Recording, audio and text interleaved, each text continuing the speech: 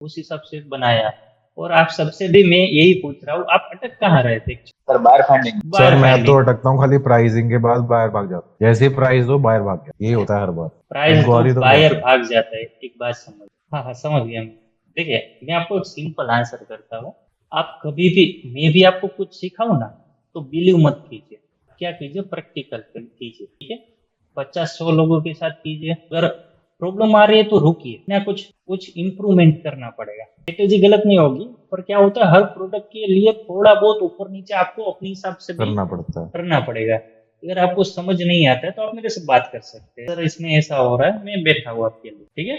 पर करेंगे, और मॉनिटर तो आपको ही करना पड़ेगा। एग्जाम्पल के लिए मान लीजिए कि आपने अब तक क्या किया कि गूगल से, B2B पोर्टल से, पोर्ट डेटा से, एम्बेसी से दुनिया भर के कॉन्टेक्ट सेव किए, ठीक है। 500 कॉन्टेक्ट से भी ज्यादा कॉन्टेक्ट ऑलरेडी सेव कर चुके हैं आप, ठीक है? और उसको मेल भेज रहे हैं, कुछ आंसर नहीं आ रहा है, तो आप क्या कर रहे हैं, और कॉन्टेक्ट ला रहे हैं, और नए कॉन्टेक्ट ढूंढ रहे हैं। अरे भैया रुको, मैं बोलता हूँ आपने 100 कॉन्टेक्ट सेव कर ले, उसको मेल भेजा, आंसर नहीं आ रहा है, तो रुकिए, देखिए आपको कुछ समझना पड़ेगा कि भाई कॉन्टेक्ट आ रहा है तो क्या वो सही पर्सन का आ रहा है, ठीक है। अभी और कोई हाँ। रास्ता नहीं है, तो फिर आप मेल चेक कीजिए, मेल में कुछ नया लिखिए। उस तरह से आपको थोड़ा बहुत सोचना पड़ेगा। अब तक आप मान लीजिए कि सिर्फ इंट्रो मेल भेजा, फिर उसका कुछ और मेल भेजते, ठीक है। तो इस तरह से छोटे छोटे एक्सपेरिमेंट आपको अपने लेवल से करने होंगे, समझे। आप जो कर रहे थे ना, वहां से भी एक्सपोर्ट हो सकता है, लेकिन अप्रोच करना आना चाहिए।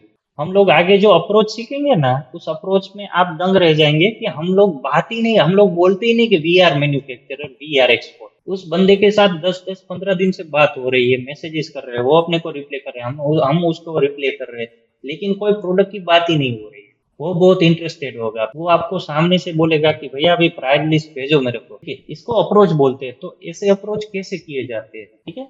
तो उसके लिए थोड़ा सा पेशेंस रखना पड़ेगा, उसके साथ क्या क्या बातचीत करना है, सब मैं आपको स्टेप बाय स्टेप, और मैं लिख के दूंगा, वही आपको लिखना है।